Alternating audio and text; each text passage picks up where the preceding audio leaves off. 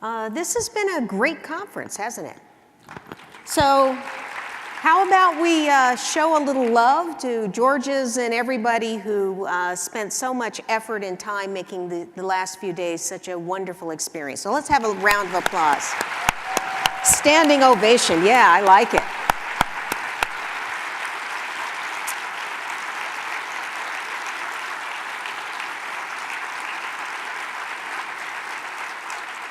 Thank you, Georges. This has really been terrific.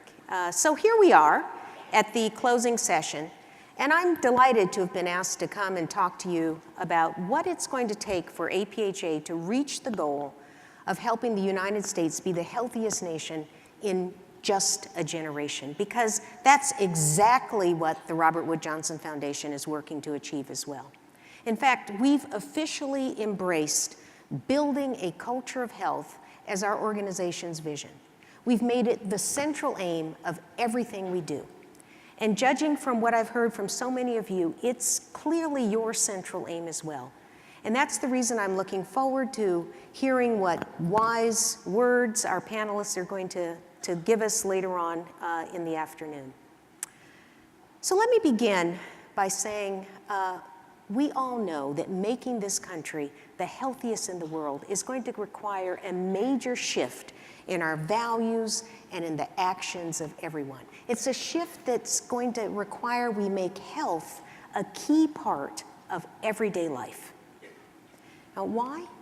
Because, as you know, health is the bedrock of personal fulfillment, it's the backbone of prosperity, and it's the key to creating a competitive nation. We all know that with health, our children can grow up making the most of life's opportunities. Our businesses can rely on the vitality of their workers, and our military can perform at its highest level. If we achieve this shift in just a generation, our country will have a powerful story to tell. And it'll be a story about how we came to understand that health means so much more than simply not being sick, and how we recognize that it's a vital aspect of how and where we work, how and where we live, how we raise and educate our children, how we make decisions about our families. It'll be a story about how we reject it as inevitable.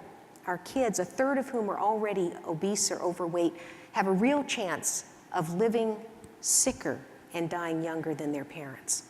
And it'll be a story about how we overcame the dismal fact that this year, in 2014, a group of military leaders told Congress that a shocking 75% of America's youth are too fat, too poorly educated, or too involved in criminal nonsense to serve in the military.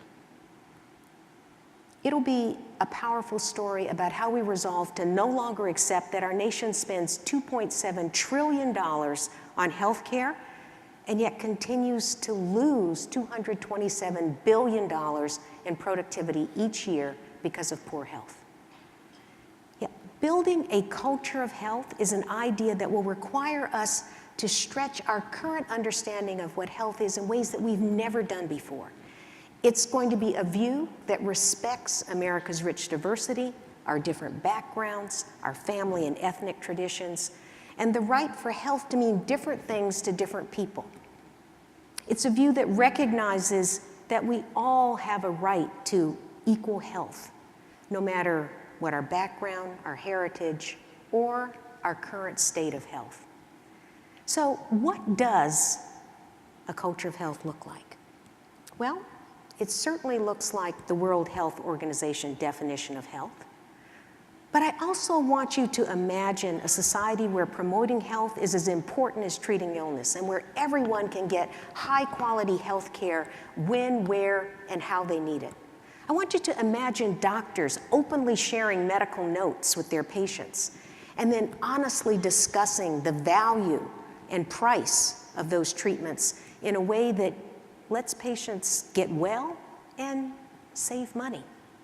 I want you to picture neighborhoods and cities where all of our children's health is a matter of fact, not a matter of chance. I want you to imagine every family, every town, where we know for sure that our employers, our mayors, our educators are all working together to give everyone the tools and opportunities to make healthy choices. It's a bold idea, and it's one that I believe is possible.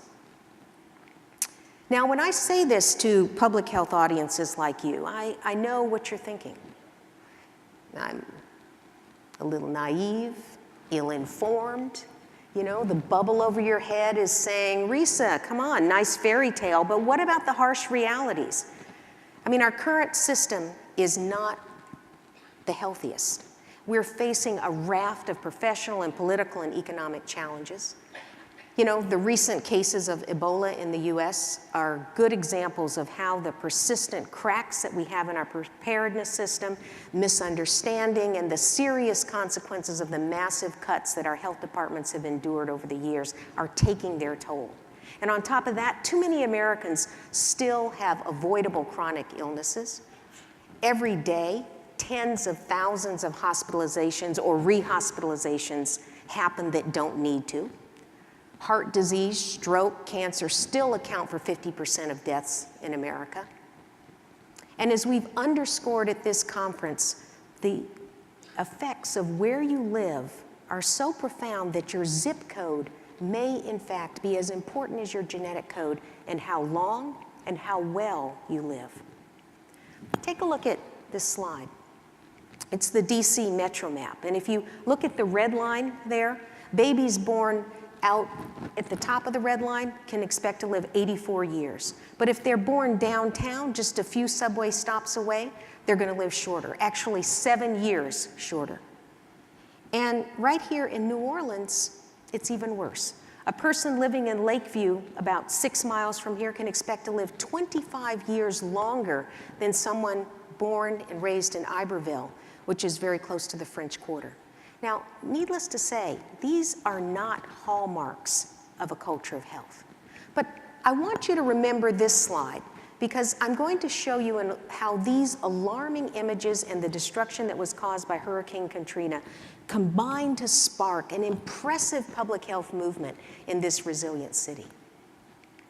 But in the meantime, let me go back to the challenges that our nation faces when it comes to building a culture of health. I want you to think about our youngest children. We know that when it comes to them, research tells us that critical learning happens from the moment of birth until 3 years old. And yet in most states, they can't go to school and to public school until they're 5. And for far too many of our kids, adverse experiences like extreme poverty, family violence, substance abuse can create a kind of toxic stress that severely compromises their health over their lifetime and can even lead to early death. We're painfully aware that in our current system, the quality, cost, and patient experience for far too many Americans is disparate, disorganized, and dismissive. Now, how many of you are aware of Jeff Brenner's work? The hot spotting in Camden, New Jersey. Show your hands. Yeah, go Jersey. The data that he's collected shows that 1% of patients account for 30% of the hospitalization costs. And that's why he calls them super utilizers. Their expenses could clearly be prevented by coordination and prevention. So these are the harsh realities. And these are the issues that you deal with every day.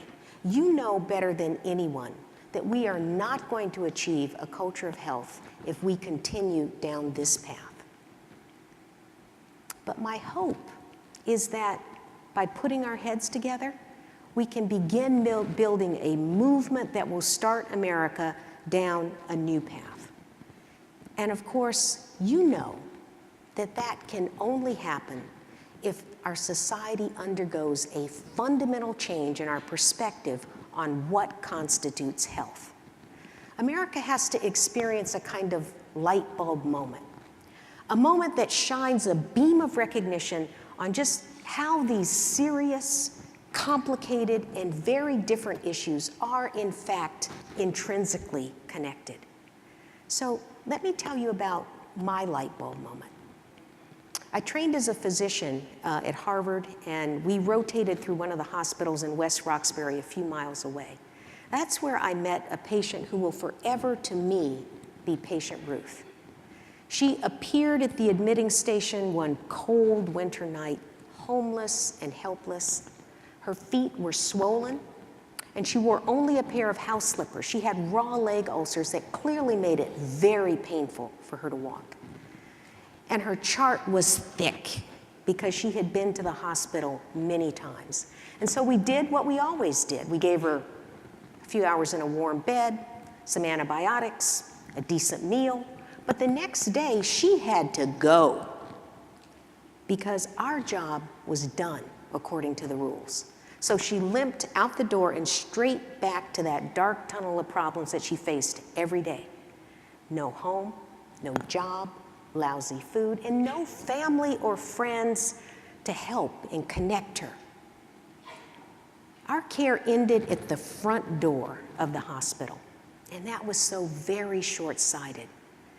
What if, instead of ushering her back into the cold, we asked, what will it take to keep her from coming back? And then what if we had set her up, linked her to the services and people that could actually keep her out of the hospital? In fact, why can't setting patients up with what they need to stay out of the healthcare system be the fundamental goal of every visit?